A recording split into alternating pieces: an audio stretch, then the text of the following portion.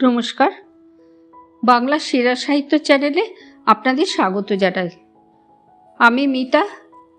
আজ আমি আপনাদের যে গল্পটি পড়ে শোনাবো সেটি সমরেশ মজুমদারের লেখা একটি ছোট গল্প। নাম হানিমুনে যেমন হয়। বিয়ে হয়েছিল শেষ রাতে। বাসর ঘরে যেতে যেতেই আকাশ ফর্সা। মেয়েরা আক্ষেপ করেছিল এই রকম বিয়ের কোনো মানে হয় না। বাসর জেগে বরবউয়ের সঙ্গে রসিকতা করা গেল না, গান বাজনা হলো না, এ কেমন বিয়ে? অবশ্য সবাই জানতো ওই রাত ছিল মরশুমের শেষ বিয়ের রাত, আর লগ্ন যদি শেষ রাত্রে পড়ে তাহলে কারো কিছু করার নেই। রাত জাগতে হয়েছিল। সকালে বউ নিয়ে বাড়ি ফিরেই বিছানায় গিয়েছিল প্রতীক। দুপুর অবধি ঘুমোতে পেরেছিল। আজ কাল রাত্রি। বউয়ের পাশে যাওয়া দূরের কথা, মুখ দেখতে নেই বলে পিসিমারা ফতোয়া দিয়েছেন। সবচেয়ে বড় তালিবান হলেন বড় মাসিমা। বলেছিলেন, খবরদার ছায়াও মারাবি না। বন্ধুরা আড্ডা মারতে এসেছিল। বলেছিল, আজ তো last night of bachelor's life, কাল থেকে তো সারা জীবনের ফুলশয্যা। মনে মনে রোমান্টিক হলেও মুখের চেহারা পাল্টায়নি প্রতীক। যে বন্ধুরা বিবাহিত এবং অভিজ্ঞ, পরামর্শ দেওয়ার সময় তারা দু দলে ভাগ হলো। এক দল বলল, প্রথম রাত্রে বড়জোর হাত ধরবি, তার বেশি এগোবি না, নইলে সারা জীবন তোকে একটা অভদ্র সৌজন্যবিহীন রাক্ষস ভাববে। আর এক দল বলেছিল, দূর, প্রথম রাত্রে বিড়াল মারতে হয়। অবিবাহিত ডাক্তার বন্ধু অমলকান্তি বলেছিল, পরিস্থিতি অনুযায়ী আচরণ করবি, কিন্তু যা করবি উইথ ডিগনিটি, বর্বর হোস না। কদিন ধরেই ব্যাপারটা নিয়ে ভাবছিল প্রতীক। তার জীবনে কোনো মেয়ে আসেনি, প্রেম করার সুযোগ সে পায়নি। পড়াশুনো এবং গবেষণা নিয়ে এত ব্যস্ত ছিল এতদিন যে মেয়েদের সম্পর্কে কোনো আলাদা আগ্রহ তৈরি হয়নি কখনো। আজ বাড়িতে যে এত মহিলা এবং মেয়েদের ভিড়, তা হয়েছে তার বিয়েকে উপলক্ষ করে। বৌভাতের পরই সবাই চলে যাবে। সে, মা আর বাবা এই বড় বাড়িতে এতকাল বাস করে এসেছে।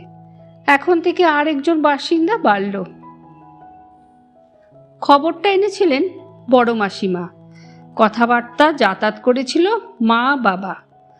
তাকে বলা হয়েছিল দেখে আসতে। প্রতীক আপত্তি করেছিল।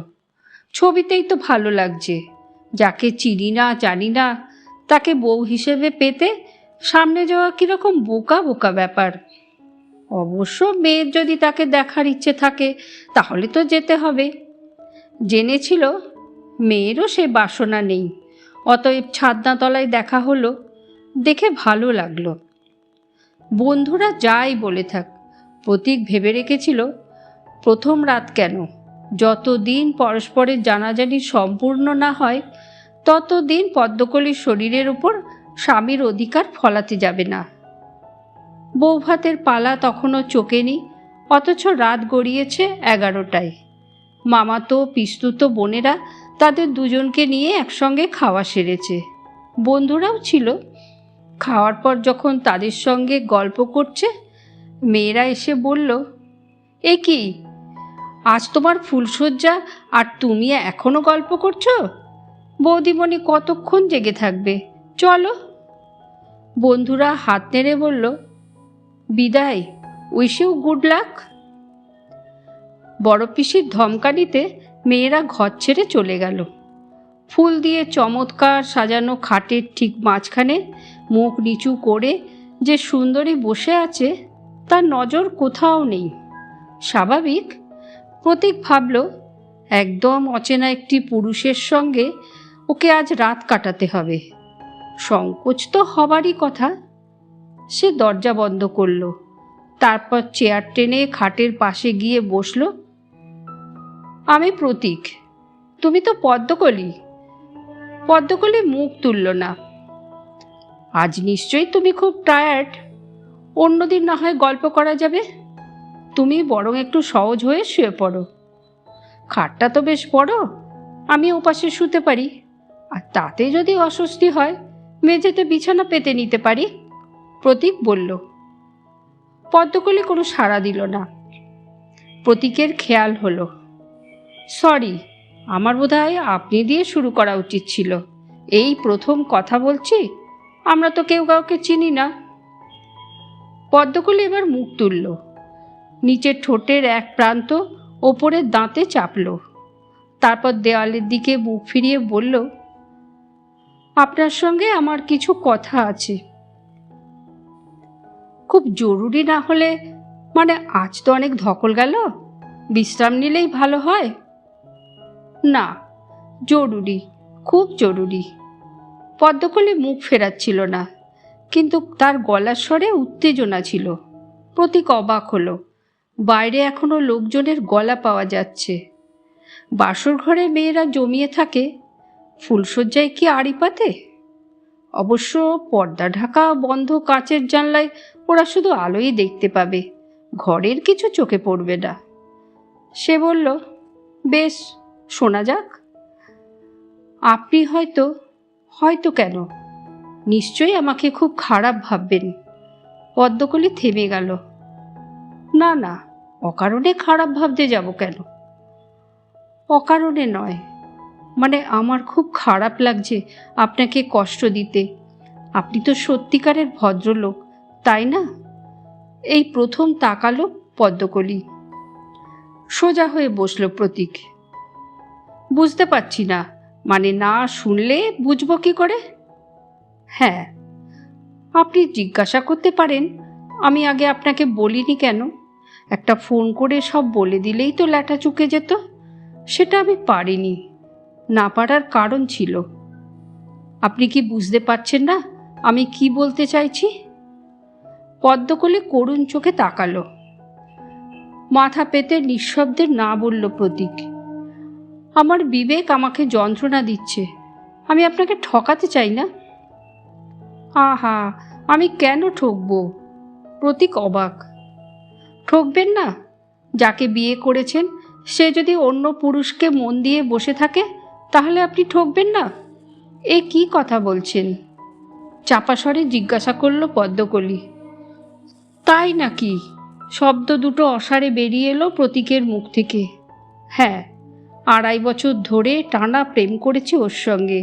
পার্কে ঘুরেছি, গঙ্গার ধারে গিয়ে ভেলপুরি খেয়েছি, মাসে একদিন সিনেমায় যেতাম, তার বেশি কিছু নয়।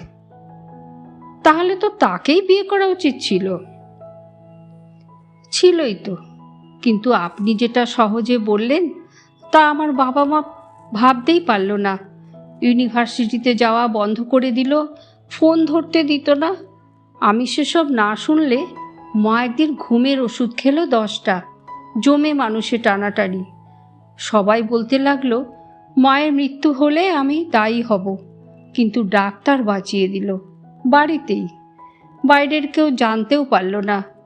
ভালো হতেই মা আমাকে স্পষ্ট জানিয়ে দিলেন, বাড়ির পছন্দ করা পাত্রকে যদি বিয়ে না করি তাহলে গলায় দড়ি দেবেন। বুঝুন ব্যাপারটা। করুণ দেখালো পদ্মকলির মুখ। সর্বনাশ, প্রতীক বলল। ঠিক এই কথাটাই বলেছিল ও, সর্বনাশ। আমার অবস্থা ভাবুন, যাকে ভালোবাসি তাকে বিয়ে করলে মা গলায় দড়ি দেবে, মানে আমি মাকে হত্যা করব। কোন সন্তান তা পারে? তাই মাকে বাঁচাতে আপনার সঙ্গে বিয়েতে রাজি হতে হলো আমাকে, পদ্মকলি বলল। ও, প্রতীক ভেবে পাচ্ছিল না কি বলবে। হ্যাঁ, প্রথম কথা উঠতে পারে, ব্যাপারটা বিয়ের আগে আপনাকে কেন জানালাম না? এ বাড়ির ফোন নাম্বার তো বাইরেই পেতে পারতাম, ফোনেই বলা যেত। হ্যাঁ, সেটা অবশ্য ঠিক কথা, মাথা নাড়ল প্রতীক। ঠিক কথা?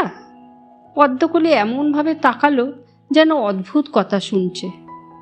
না ভেবে বললেন তো, আমি আপনার ফোন পেয়ে বাড়িতে বলতেন, তারা আমার বাড়িতে জানাতো, বিয়ে ভেঙে যেত। তখন মা কি করতো?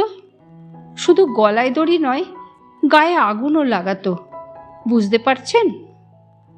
তা অবশ্য, কিন্তু ওই ছেলেটির ব্যাপারে আপনার বাবা মায়ের আপত্তি কেন ছিল? ও কবিতা লেখে, কবিদের ওপর ভরসা করা যায় না বলে মায়ের ধারণা। তাছাড়া ওর টাইটেল হলো কর্মকার, আমরা মুখার্জি। মা মানতেই পারছিল না। তারপর বাংলায় MA স্কুলে পড়ায়। বাবার ধারণা বিয়ে হলে ঘর জামাই হতে চাইবে। পদ্মকলি বলল, কিন্তু হৃদয়, ওর মতো হৃদয় আমি কারও দেখিনি। এই যে এতদিন ধরে প্রেম করেছি, একবারের জন্যেও আমার শরীর স্পর্শ করেনি, জানেন? পদ্মকলির চোখ বন্ধ হলো। যখন বললাম, হে বন্ধু বিদায়, তখন যেন ওর মাথায় আকাশ ভেঙে পড়ল। মাথা নাড়ল প্রতীক। স্বাভাবিক, খুব স্বাভাবিক। ও দেবদাস হতে পারত, আমাকে খুন করতে পারত, অ্যাসিড বাল্ব ছুঁড়ে মুখ পুড়িয়ে দিতে পারত, এমনকি বিয়ের সময় এসে হাঙ্গামা করতে পারত, কিন্তু করেনি। এত নরম মনোর। কোথায় উনি? নেই। দ্রুত মাথা নাড়ল পদ্মকলি। সে কি? চুপচাপ হারিয়ে গেল শিলংয়ের পাহাড়ে। ও, কিন্তু শিলং কেন? শিলং তো প্রেমিক প্রেমিকার জেরুজালেম, অমিত লাবণ্যের লীলাক্ষেত্র। ও নাকি শিলং থেকে একটু দূরে চেরাপুঞ্জিতে এক মিশনে গিয়ে জনসেবা করছে। সেখানে তো খুব বৃষ্টি হয়। হতো, এখন হয় না। আকাশে যখনই মেঘ দেখি তখনই ওর কথা মনে পড়ে। আচ্ছা, বঙ্গোপসাগর থেকে যেসব মেয়ে কলকাতার আকাশে আসে তারা তো চেরাপুঞ্জিতে যায় না? বোধ হয়। যাকগে, আমার যা কথা ছিল সব বলে দিলাম। আচ্ছা, উনি যদি হারিয়ে না গিয়ে আপনার উপর জোর করতেন? খুশি হতাম, কিন্তু ও তো খুব নরম। পদ্মকলি বলল, এইসব শুনে আপনি নিশ্চয়ই আমাকে খুব খারাপ ভাবছেন। না না, খারাপ ভাববো কেন? আমি প্রেম করতে পারিনি, আপনি করেছেন। আমার বন্ধুরা বলে আমি অস্বাভাবিক বলে প্রেম করতে পারিনি। আপনি স্বাভাবিক। প্রতীক বলল। Thank you. পদ্মকলি হাসল। এখন কি করবেন? ভাবতে হবে, অনেক ভাবতে হবে। আমি যখন একবার এ বাড়িতে চলে এসেছি, তখন এখনই চলে যাওয়াটা কি ভালো দেখাবে? শুনলে আত্মীয় স্বজনরা ছি করবে। পদ্মকলি বলল, তা তো বটেই। আর চলে যাওয়ার কথা উঠছে কেন? আগে সব শুনি, তারপর ঠিক কি করব, কি করা উচিত। নিন, এবার আপনি ঘুমিয়ে পড়ুন। আপনি? না না, আপনি মেঝেতে শোবেন আর আমি খাটে। এ ভারী খারাপ দেখাবে, বরং উল্টো হোক। পদ্মকলি খাট থেকে নেমে এলো। বেশ, আপনার যা ইচ্ছে। প্রতীক উঠে দাঁড়ালো। পদ্মকলি বলল, এই যে আমাকে দেখছেন, আমার মধ্যে কোনো মন নেই। জানি, সেই মন এখন চেরাপুঞ্জিতে। প্রতীক বলল, হ্যাঁ, তাই আলো নেভাবেন না। অন্ধকারে যদি আপনি ভুল করে ফেলেন। অন্ধকারে ভুল? প্রতীক লজ্জা পেল। না না, আপনি নিশ্চিন্তে ঘুমন। মেঝেতে বিছানা পেতে শুয়ে পড়ল পদ্মকলি। আপনার বাড়ির লোক শুনলে কি কাণ্ড হবে বলুন তো?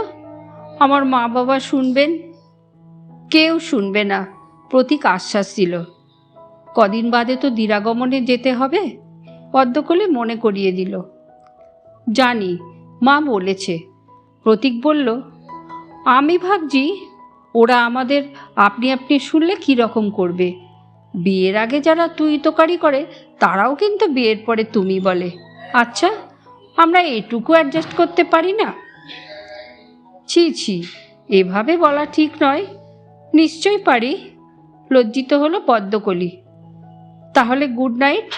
হ্যাঁ, গুড নাইট। ঘরের আলো জ্বলতে লাগলো। সকালবেলা চা খেতে খেতে বড় পিসি বললেন, সেসব দিন চলে গেছে।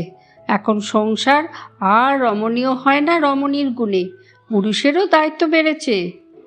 প্রতীকের বাবা বললেন, এই সময় মাথায় আধঘোমটা টেনে পদ্মকলি ঘরে ঢুকতেই প্রতীকের মা বললেন, এসো এসো, খোকা উঠেছে? পদ্মকলি নীরবে মাথা নেড়ে হ্যাঁ বলল। বড় পিসির কপালে ভাঁজ পড়ল। সারা রাত আলো জ্বালিয়ে তুমি ঘুমোতে পারো? খোকা তো জ্বালতো না। বাবা বললেন, নতুন জায়গা, বোধহয় ভয় করছিল। রাত্রে প্রতীক ঘরের দরজা বন্ধ করতে পদ্মকলি বলল, বাবা, সারাদিন এত ব্যস্ত যে কথা বলার সময় পাওয়া গেল না। প্রতীক দেখল পদ্মকলি খাটে বসে আছে। সে চেয়ারে বসল। না, সবার সামনে কি কথা বলবো? তা কি ভাবা হলো? কি ব্যাপারে? বাহ, কাল বলা হলো ভাবতে হবে, অনেক ভাবতে হবে। ভাবলাম, যা চলছে তা চলুক। ও হ্যাঁ, বড় পিসি চাপ দিল। মাও পরে বলল, বন্ধুদের বলতে ওরা 3 দিনের হানিমুন করার জায়গা বলে দিল। এতদিন প্লেন চলতো না, এখন আবার চালু হয়েছে। প্রতীক বলল, আমার কিন্তু সমুদ্র তেমন ভালো লাগে না। পদ্মকলি বলল, না না, সমুদ্র নয়, পাহাড়, শিলংয়ে। প্রতীক হাসল। শিলং? সোজা হয়ে বসল পদ্মকলি। পাইনউড হোটেলে বুক করে দিয়েছি। ওহ, কি ভালো, আমি ভাবতেই পারছি না। চোখ বন্ধ করল পদ্মকলি। শিলং থেকে চেরাপুঞ্জি কত দূরে? বেশি দূর তো নয়, গিয়ে দেখা যাবে। কবে যাওয়া হবে? মুখে খুশি উতলে উঠল পদ্মকলির। কাল, কালই ফ্লাইট, রোজ তো যাওয়া যায় না। হঠাৎ পদ্মকলির খেয়াল হলো, আমরা কিন্তু কেউ কাউকে তুমি বলছি না। অবশ্য বন্ধ ঘরে কেউ শুনছে না। বেশ, আমি বলছি। তুমি খুশি?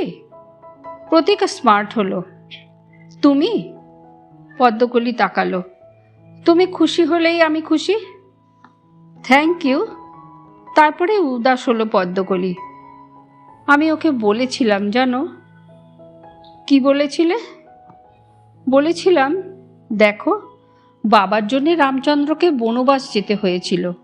আমি বিয়ে করছি মায়ের জন্য, কিন্তু আমার শরীর আর মন তোমার জন্য অপেক্ষা করবে।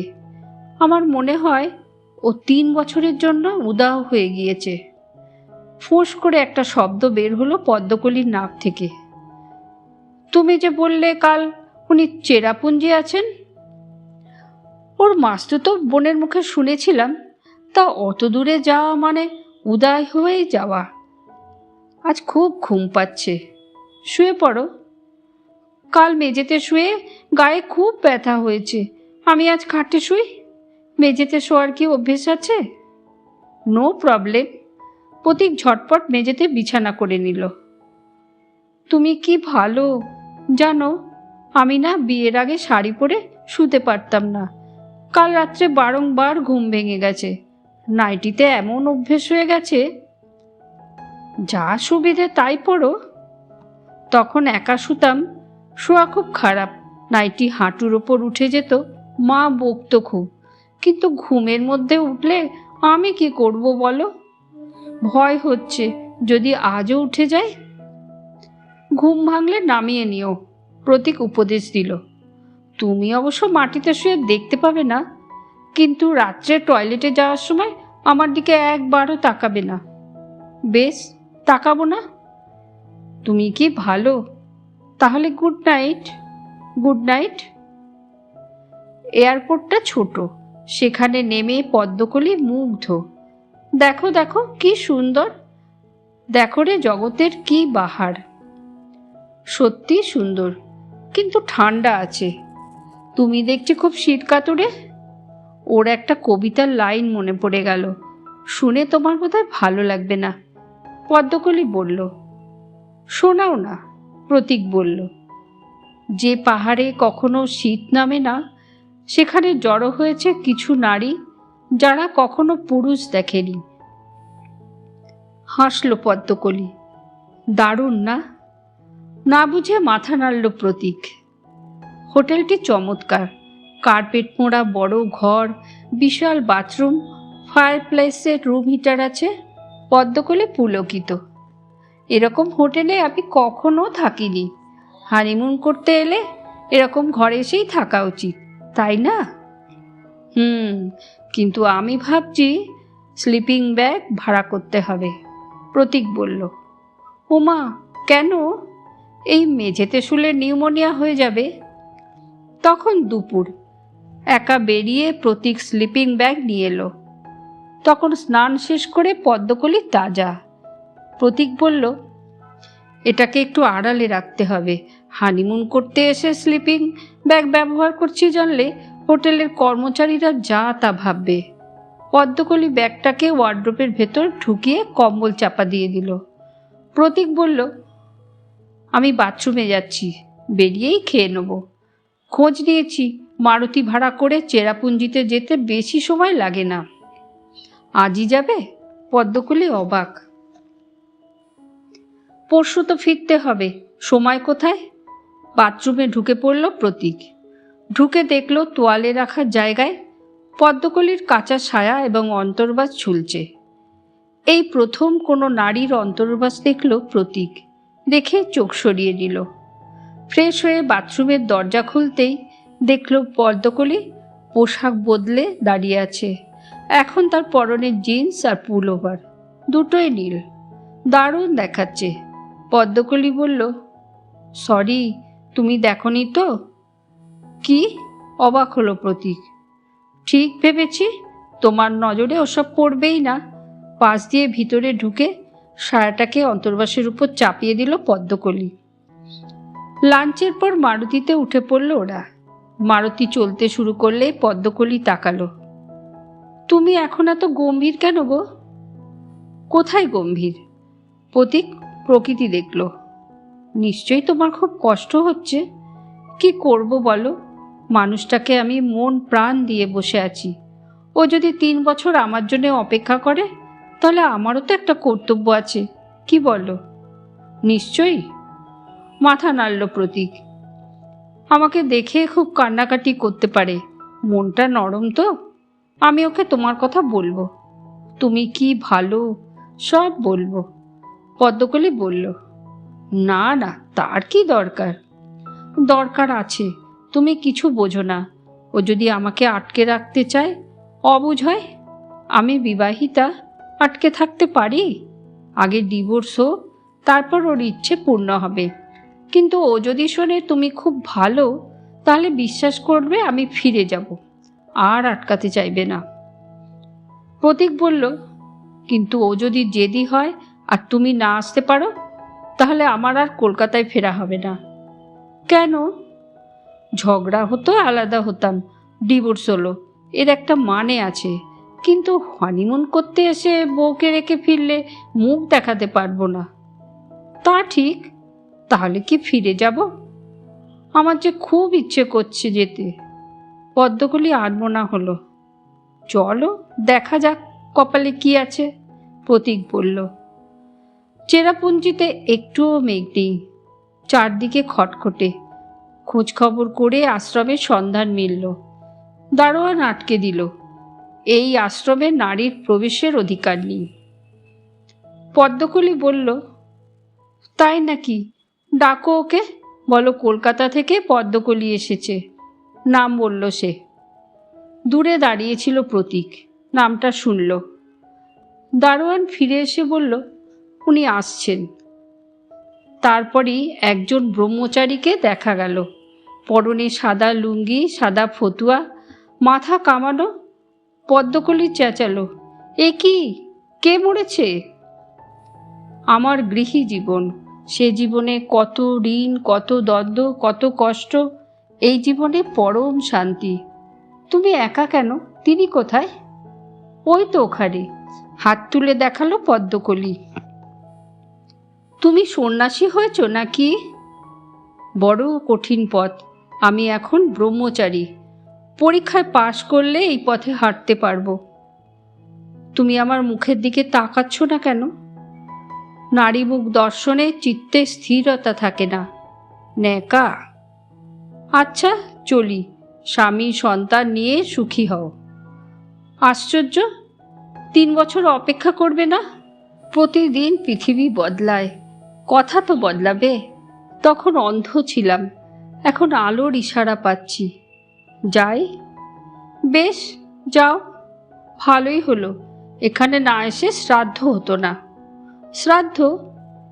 হ্যাঁ, আমার মনের। হনন করে ফিরে এলো পদ্মকলি প্রতীকের কাছে, বলল চলো। সেদিন সন্ধে থেকে শিলংয়ে বৃষ্টি নামল, সঙ্গে সঙ্গে বাড়ল ঠান্ডা।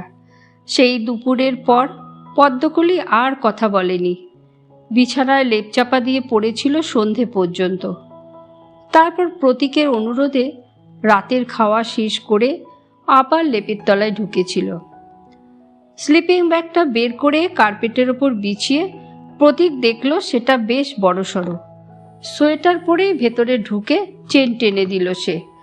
কয়েক মিনিটের মধ্যে তার এমন গরম লাগলো যে আবার চেন খুলে উঠে বসে সোয়েটার ছেড়ে ফেলল। এই সময় পদ্মকলির গলা ভেসে উঠল, আমার খুব ঠান্ডা লাগছে, আমার লেপটা নিয়ে যাও। না, লেপে ঠান্ডা যাচ্ছে না। তাহলে স্লিং ব্যাগটা খাটে তুলে দিচ্ছি, এর ভিতরটা বেশ গরম। প্রতীক বলল, না, খাটে তুলতে হবে না। নিচে নেমে এলো পদ্মকলি।